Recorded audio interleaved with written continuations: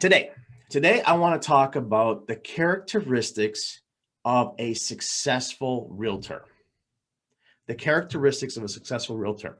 Because to be honest with you, there are very specific characteristics of a successful person, a successful realtor in this case. We're going to be talking more like real estate, but there is a very specific, kind of, I want to say formula, but the person themselves, like what do they need to be? Who do they need to be to become successful? So I'm going to kind of go over that. Now, I've been coaching for the last 10 years.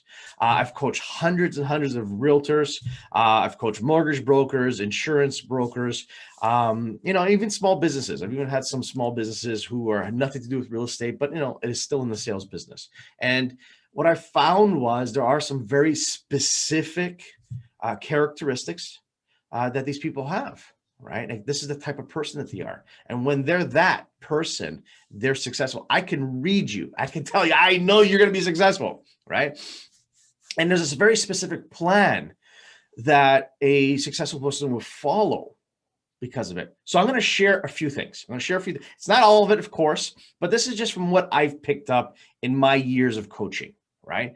So a successful realtor, right? What I can say is, number one, is they have a burning desire to succeed.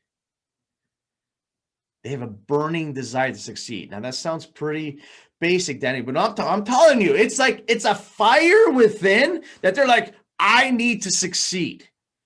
I'm going to succeed. I'm going to do what it is that you ask, and I'm going to follow those instructions, and I'm just going to do it. I'm going to do it. So they have a burning desire to succeed. They may not agree at times, but they will try it and see what happens. They will give it their best at the beginning.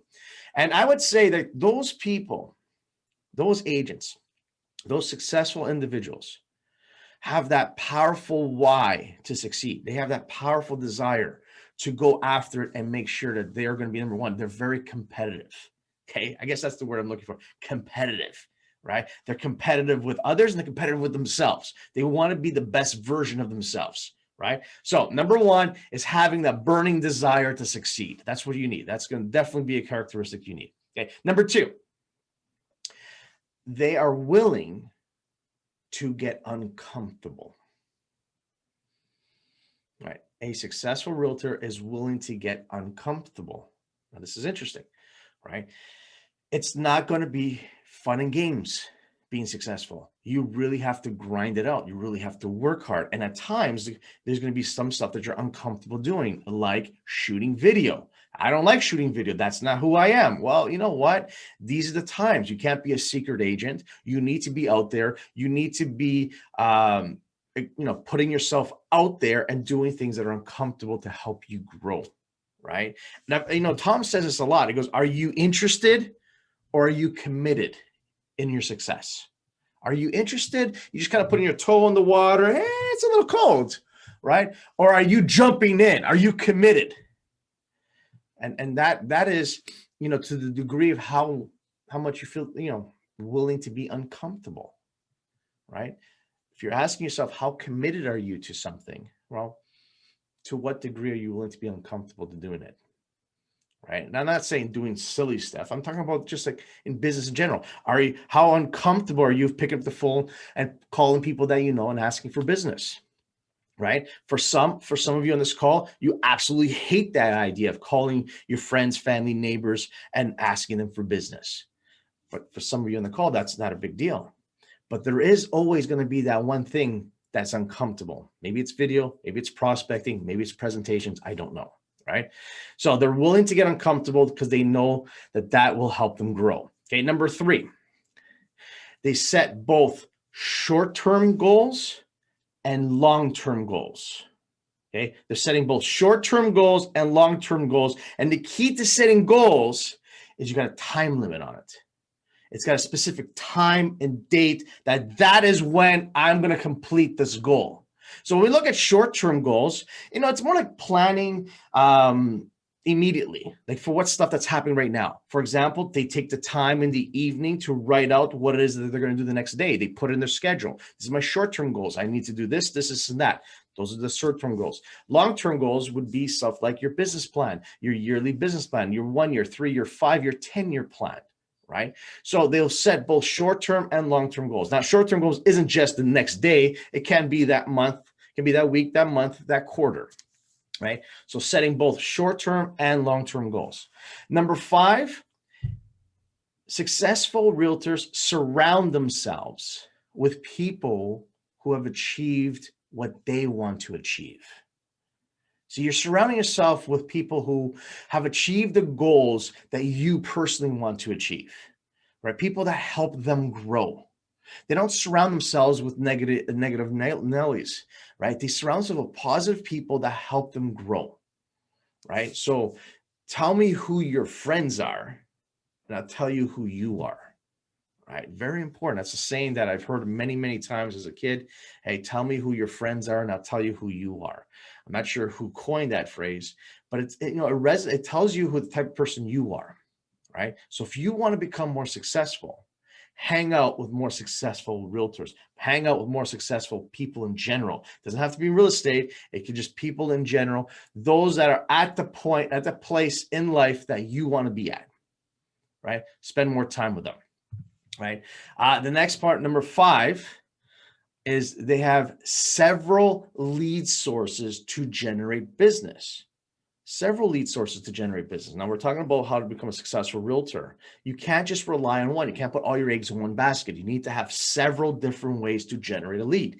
And in saying that, you also need to have both passive and active lead sources. So active lead sources is you doing the grind. You get on the phones, you're knocking on the doors, you're connecting with people, you're doing the work. Passively is where it's coming to you. You're putting out content that resonates with people, shooting up videos or putting out content out there, emailing or texting people, and then like, oh, I like this information, and they're replying back, right? So there's both passive and active, and we want to be working both ways of generating business, but we need to have multitudes of them.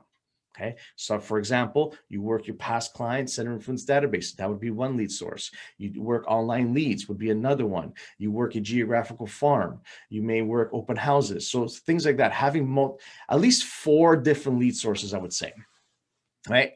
Next, we put in, they fall in love with the repetitious boredom of prospecting. I'm going to say it again. Okay, number 6 is they fall in love with the repetitious boredom of prospecting because it's boring. Let's be honest. Making your sales calls suck, right? If it was easy, everyone would do it. So it's not easy. So you should do it. Because at the end of the day, the more you can fall in love with that boredom, doing the thing, have the power. Do that thing, have the power. So it's real important that we make things, do things, whatever it takes, but yet it's the hard work, it's the grind, it's the prospecting, it's the generating the leads, it's following up with those leads, it's connecting with people, it's doing that work.